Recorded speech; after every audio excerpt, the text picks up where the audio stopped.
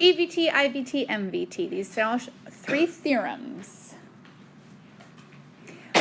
You do not, let's see, how am I going to say this? You're going to have to cite these theorems in your FRQs when you justify your answers. Okay, we've actually done 2 of them already. I just haven't told you their names. And then the third we haven't done yet. So we're going to start with what these 2 are. We're actually going to start with the IVT. The IVT, it stands for the Intermediate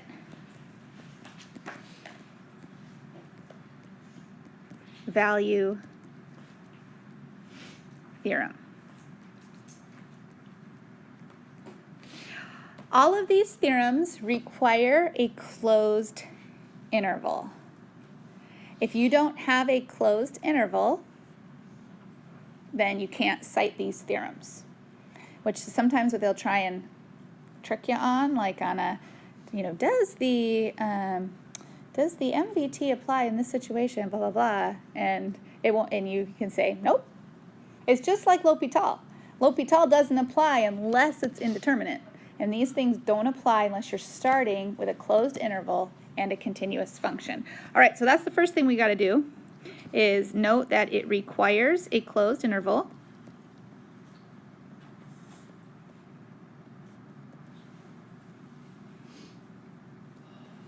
From A to B.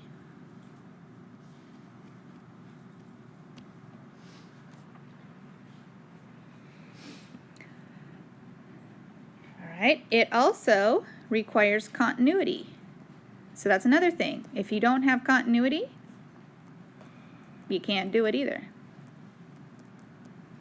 So it also requires continuity on A to B.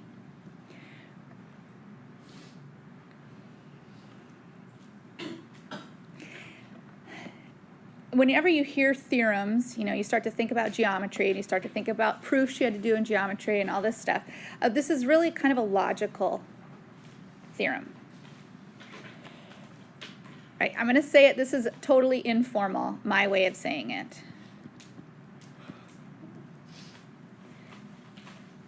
If the endpoints of the interval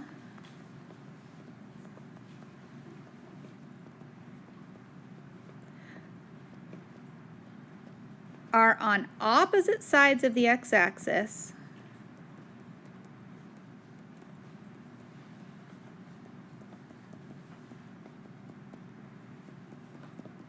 can you picture that?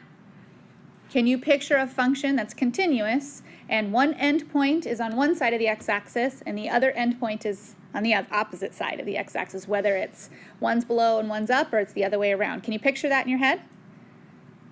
What has to be true about the function? What does it have to do to the x-axis? It has to cross it. That's the intermediate value theorem. Intermediate means in between. And if the x-axis is in between, it has to be crossed somewhere. So if the endpoints on the interval are on opposite sides of the x-axis, then the function is guaranteed to cross the x-axis. It's kind of like, well, yeah, it's sort of a no-brainer. That's the explanation of it. Here's the drawing of it. Here's your x-axis. And if you have a function whose one endpoint is above the x-axis and the other endpoint is below, there is no way to avoid the x-axis because it's continuous. So, however you get from A to B, whether it's a straight line or a curved line, however you get there, you got to cross the x-axis. And so that would maybe be an example for something called f of x.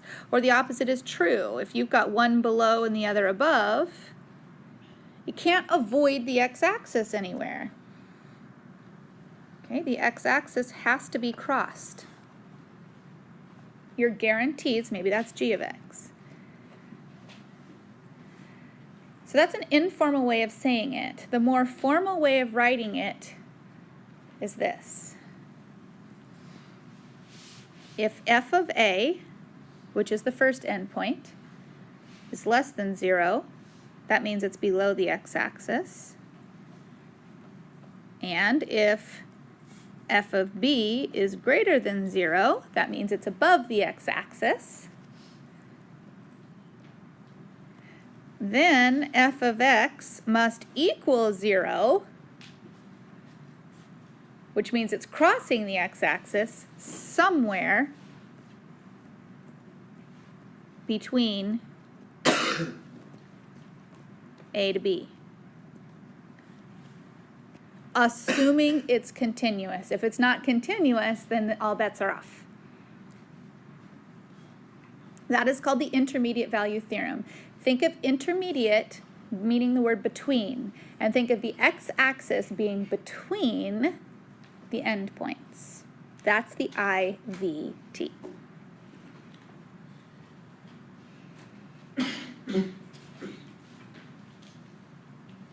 All right, I don't care if you want to put a box around that or if you want to do something to kind of set that off in your notes. Now we're going to do the EVT.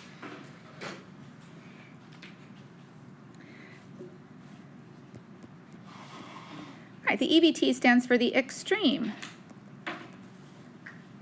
value theorem. Same thing, the requirements. It requires a closed interval, so it requires the endpoints. So if this doesn't have, if it has one end open and one end closed, can't use the EVT or the IVT. So requires a closed interval from A to B again. It also requires continuity again.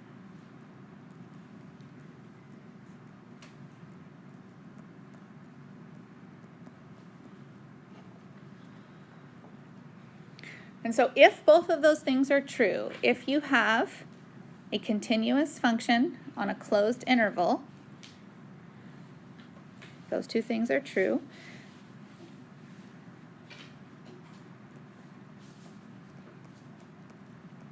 an extreme, which we say is absolute, max and min is guaranteed to exist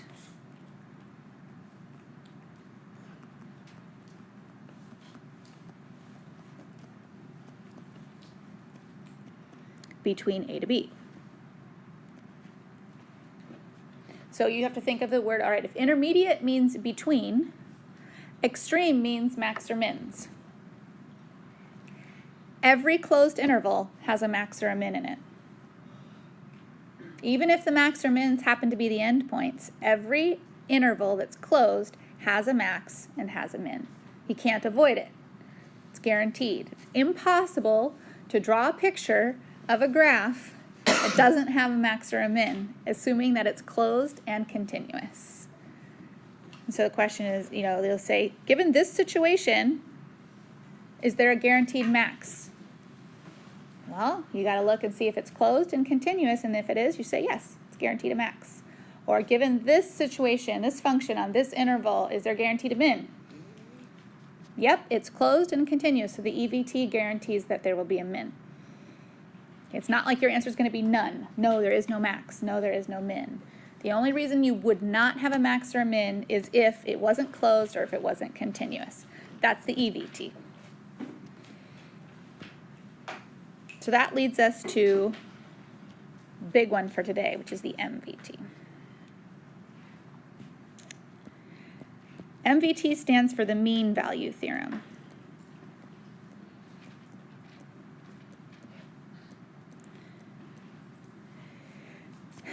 This one has one additional requirement. It has the same two requirements. It requires a closed interval from A to B. It requires continuity. But there's one additional thing that this one requires that the other two don't.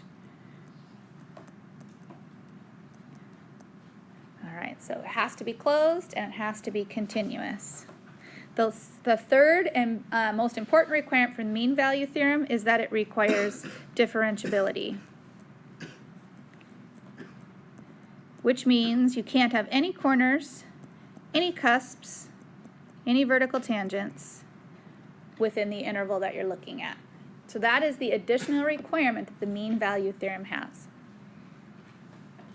If all of that is true, if all of that is satisfied, then here's the guarantee that you have from the mean value theorem. So if all of that, those three things are satisfied, there is a guarantee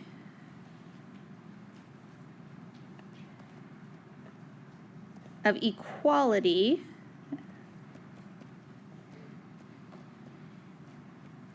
between secant slope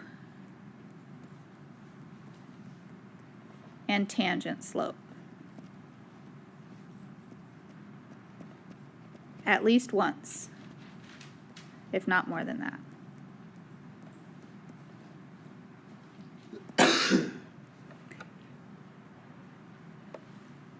Okay, if two slopes are equal, what does that mean? If this thing has equal slope to that thing, what does that mean? They are parallel, exactly. Okay, so I would almost call this the parallel value theorem. That these things have to be parallel. Now, secant slope and tangent slope, we got to make sure we understand what secant slope is. Secant slope was what you knew about slope before you walked into this classroom this year. All right, what did you know about slope before you came here? Like what formula did you know about slope? y2 minus y1 over x2 minus x1. That's secant slope because it takes 2 points and connects them to each other. That's all a secant is. In calculus, we more commonly write that as f of b minus f of a over b minus a. It's the secant slope that connects the endpoints. It's the end point of one end to the other. That's the secant slope. Now that you're in calculus, what do you know is tangent slope? The derivative. And so that's f prime of x. So it's like pre-calculus and now in calculus.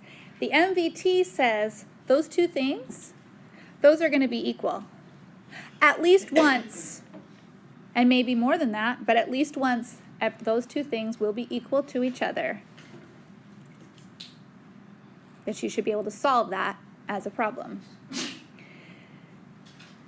me draw you what that means. I'm going to put a box around that. I'm going to, yeah. Is it going to be like a piecewise function, so there's like two different lines? Or? Nope, will not apply to a piecewise function because a piecewise function has a corner. Oh, true. And maybe a piecewise function has a gap, which makes it discontinuous. No, what it means is this. Let me draw you an example, okay? So I'm going to draw a function, and you could draw any function that was continuous, differentiable with endpoints. Okay, so I'm going to draw one. There we go.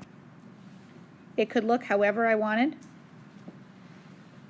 Okay, that's a sample. Here's a problem that's continuous. It has endpoints, and there are no corners, cusps, or vertical tangents. The secant slope is the slope that connects point A to point B. So I can draw the secant slope. I'll just do a dotted line. Okay, that is the secant. I can do f of b minus f of a over b minus a, and I can find the secant slope that connects it. The mean value theorem says there's at least one spot on that curve, and maybe more, where the tangent slope is parallel, is equal. Well, if I'm eyeballing it, I'm going to think it's about right here. That looks about parallel to me. But is there another place where it might be parallel? Yeah, I think maybe about right here. That looks like it's about parallel.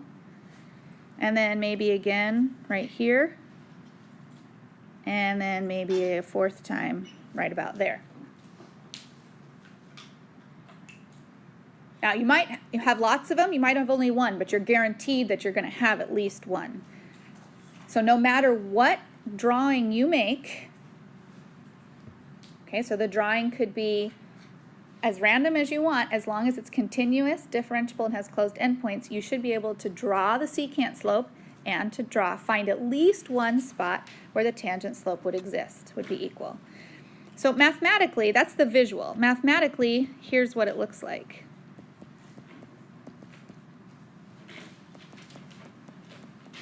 Apply the mean value theorem to f of x equals x squared on the closed interval 0 to 2.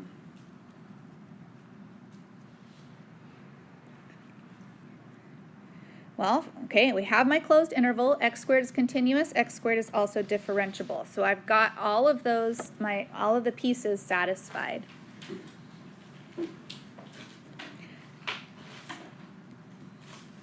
The secant slope is going to be f of 2 minus f of 0 over 2 minus 0. So that's the slope from the endpoints, from point A to point B. F of 2 is 4. F of 0 is 0, over 2 minus 0, I get 2.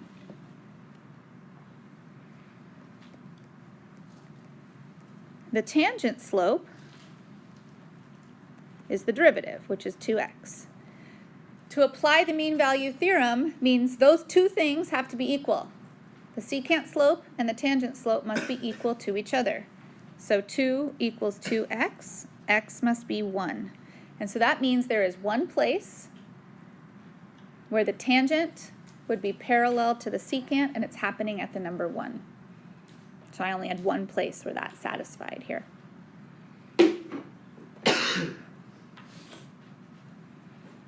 So that was a pretty easy function because it was just a parabola. Let's try another one. So we'll do the same thing. Apply the mean value theorem to the function that is the square root. No, I don't want to do that one. Let's do x cubed minus 4x. And we're going to do that on the interval from -2 to 2.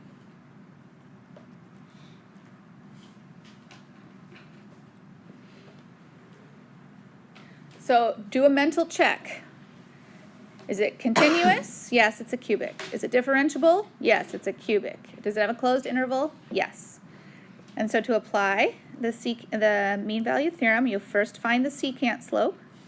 Secant slope will be f of 2 minus f of -2 over 2 minus -2. So f of 2 is going to be 2 cubed minus 4 times 2, that's 0. Minus f of -2. That's going to be -8 minus 4 times -2. That's also 0 over 4. So the secant slope turned out to be 0. The tangent slope is the derivative. So it'll be 3x squared minus 4. The mean value theorem guarantees the equality of those two things. So 0 equals 3x squared minus 4. So x squared is 4/3. And so x is the positive or negative square root of 4/3. And so this is happening twice. The equality, the parallelism of the line, the parallel tangent slope and secant slope will happen twice in this interval.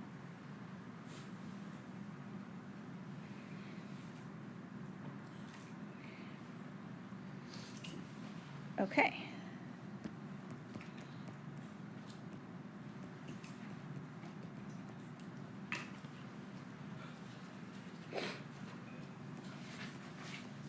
All right, f of x equals the square root of x squared plus 1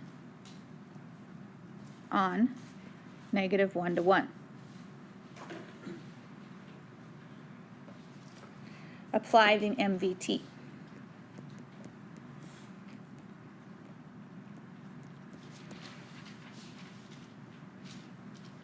Remember, the requirements of the MVT say it has to be a closed interval, which it is, it has to be continuous, and it has to be differentiable. Anytime you have square roots involved, square roots and squares especially, you want to check the differentiability and continuity of that function. So if you're not sure what that function looks like, go ahead and grab your calculator out a minute and take a look at the square root of x squared plus 1.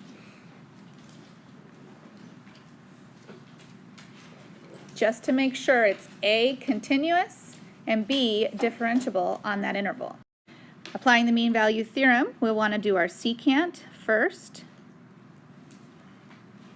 So that's going to be f of 1 minus f of negative 1 over the interval 1 minus negative 1. So f of 1 squared plus 1 square root 2 minus square root 2 again, all over 2. So again, this turns out to be equal to 0. Now my tangent slope is going to take a little bit of work for the derivative. So my tangent slope would be the derivative 1/2 quantity x squared plus 1 to the negative 1/2 times the chain rule of 2x. So that works out to be x over the square root of x squared plus 1. So after I have the secant slope and the tangent slope, the mean value theorem guarantees that those two things should be equal at least once on the interval. So 0 equals x over the square root of x squared plus 1. I like to put my 0 over 1 so I can cross multiply. And when I cross multiply, I get x to be 0. So it only happens once. And it's going to happen at the point of x being 0, and that's where the secant and the tangent will be equal to each other. So let's just confirm that visually. We knew that that graph kind of looked like this. It's not a true parabola, but we can clearly tell that the secant slope is 0 because the secant line connects those two endpoints. And then at the base down here at 0 as well, that's where I have the parallelism going on of the tangent slope being parallel to the secant slope. All right, so